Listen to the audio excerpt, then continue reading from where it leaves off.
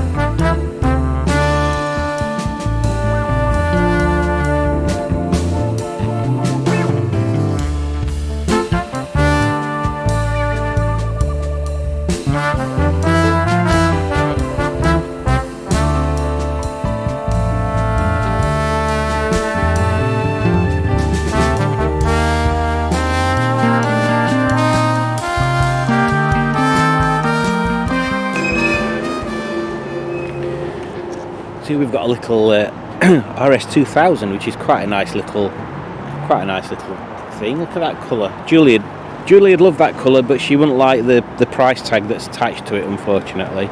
As neither would I.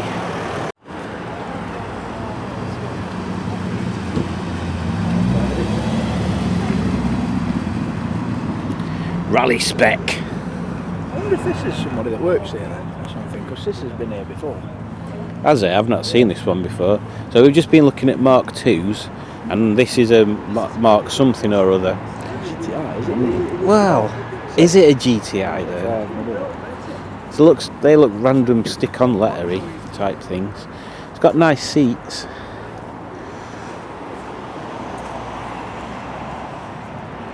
Yeah, this Carly from Hubnut likes these ones with the almond shape lights on them. I suppose everybody has to have everybody has to like something. I mean, on camera it looks alright, but in real life I just don't like the roundness of it all. It's got nothing GTI about it, has it? It hasn't, has it? Apart from the seats. Yeah, that's right. We've got these two here again. Hope looking nice as usual, mine looking mucky, and I've still not done that bit of paint there. What an embarrassment. This is a thing, isn't it? Now I remember my dad had a Ford Pop. Oh, they're kind of cool. Little skulls in the headlights. My dad had a standard Ford Pop. I don't know what to say about it, really. Yeah, there's anything wrong with them. They looks kind of comfortable. forget how small they are inside.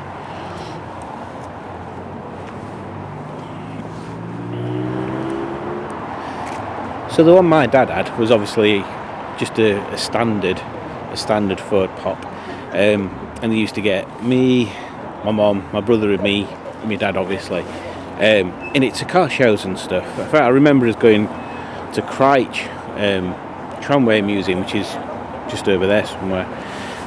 But the problem with it was, with the side valve anyway, at least in one of them, which is weird because there's quite a lot of space around the engine, is that if you used to get sat in traffic, it used to vapour lock because the carburettor is directly above the exhaust manifold, so you'd get the heat from the exhaust evaporating the fuel out of the carburettor before it had a chance to suck it into the combustion chamber, which is tray weird.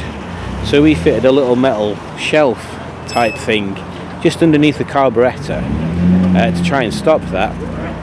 Now I'll have to ask my dad whether it actually worked because I can't remember at all whether it was a benefit or not a benefit. But that's what we did. And yeah, I remember it being bigger than that and loud, but it can't have been bigger than that because it's the same thing. Here we've got a Porsche 944, which is something I've been looking at as a project, so maybe. Here we've got a Volkswagen Jetta, which is pretty much a Golf with a boot on, but don't let people hear me say that. Let's have a look, see what modifications it's got. I mean, it's got push wheels on it for a start, so I assume there's some crazy hub action going off in there. It's a sensible man's Golf. A sensible I'm not man's moving Golf. a sofa. Oh, have you seen what's in gearbox area? It's an automatic. So yeah, there we go, Volkswagen.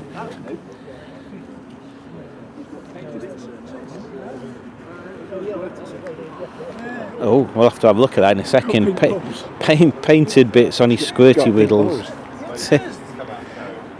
Oh, they might be. They might light up. Yeah, so it pretty much, there's loads of bits on this that were on my Mark 1 Golf, like the door handles are the same and the dash will be the same and the wheels aren't the same. And then we've got a Caterham, which is an actual Caterham 7. It looks like it's one of the higher up ones because it's got carbon bits on it. And it's definitely got a big chunky exhaust on there. What else have we got? Oh, it's a 7310R, says on dashboard. Look how tiny that steering wheel is. Tiny itty bitty steering wheel. The only thing I don't like is them rear lights always look like lights you'd find on a trailer to me. It's like I don't think they've ever done a proper rear light. But yeah, what a nice little thing. Yes.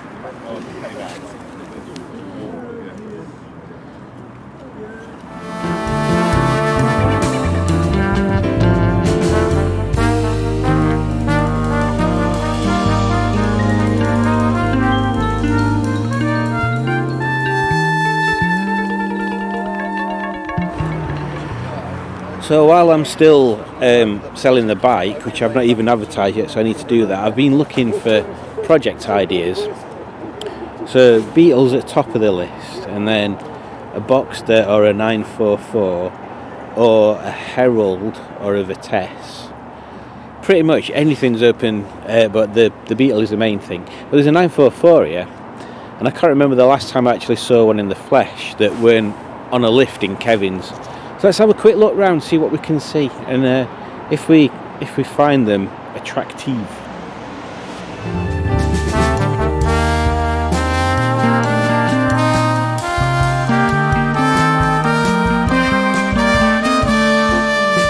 So they've got a nice style about them, and in particular the 944s over the 24s with the widened arches. I think this is an S. It's got better stuff on it. Nice cabins are nice. Oh, try not to slip on these on these leaves.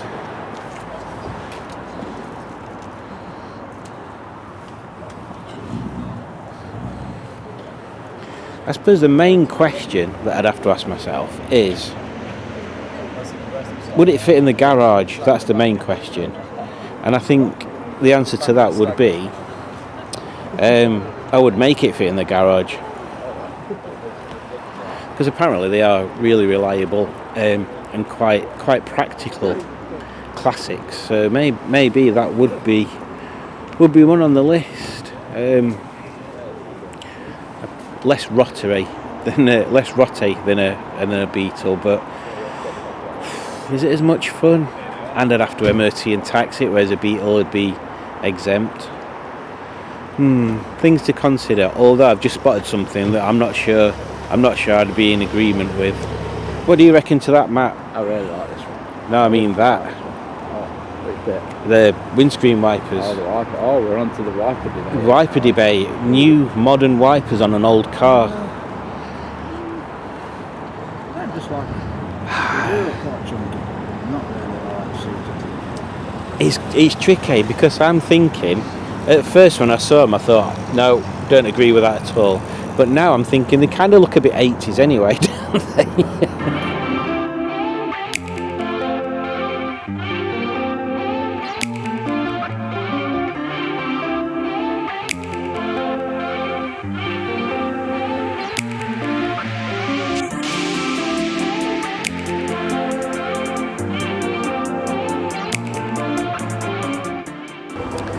Now then, is this a Griffith?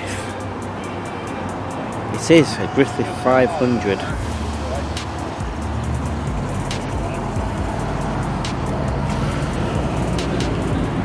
A nice looking thing, that. It's got proxies on it as well. Like a cocoon inside. Very nice. Crazy little door handly bits.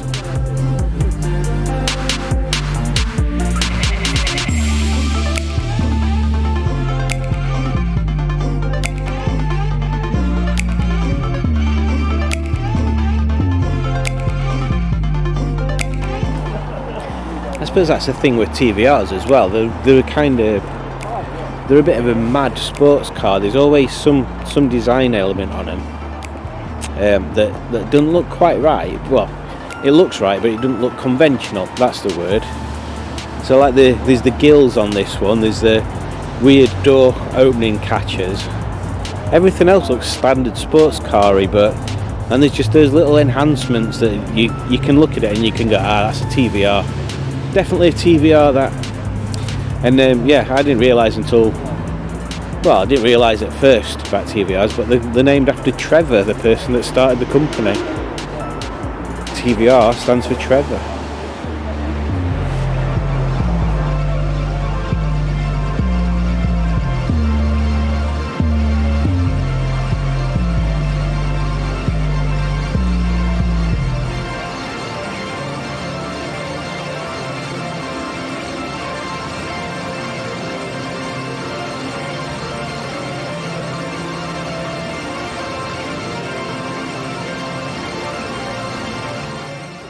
She's got nice little light details. Let's have a look at the back just to make sure. Oh, it's on mini lights as well. Yeah, Austin 840. So these are another possibility. There's something about them that's dead classical.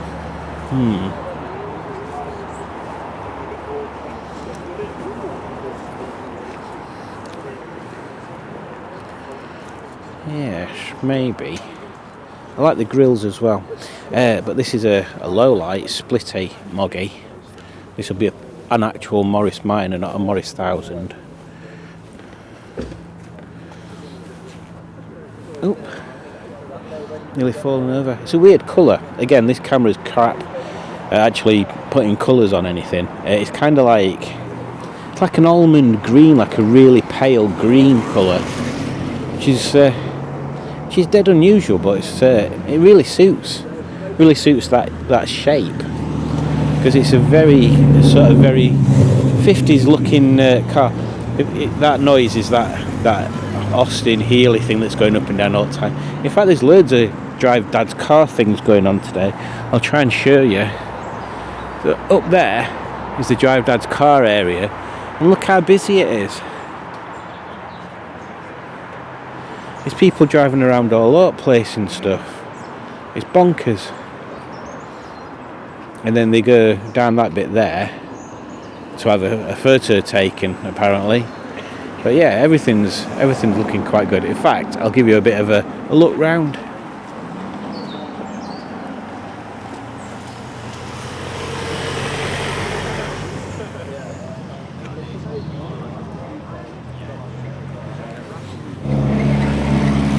Now, coming down off this wall, yeah, so there's quite a few things turned up. Apparently more, according to Matt, more than what normally turns up for these things. So there's a little imp that we'll look at, and then there's a Rover 600 that I want to have a quick glance round. So I don't believe I've seen that one before. Normally with these sorts of events and Rovers, you get to see them, and you've seen these cars before. You get to know the cars, but that one I don't recall seeing it, so we'll have to check it out.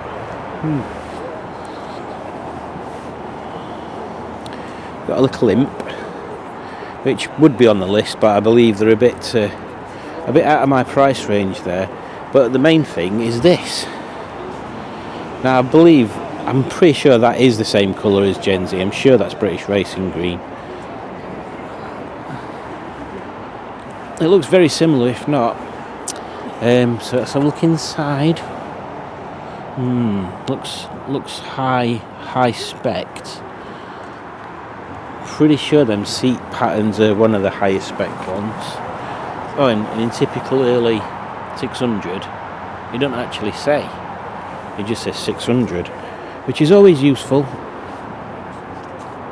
But yes, they are one of the Rover models that's kind of, I don't know, is it overlooked, or is it just in the crowd that I circulate in that overlooks them? I know Paul Roverman thinks they're very good, and I believe there's a time with Honda for these ones as well. I'll have to have a look into that.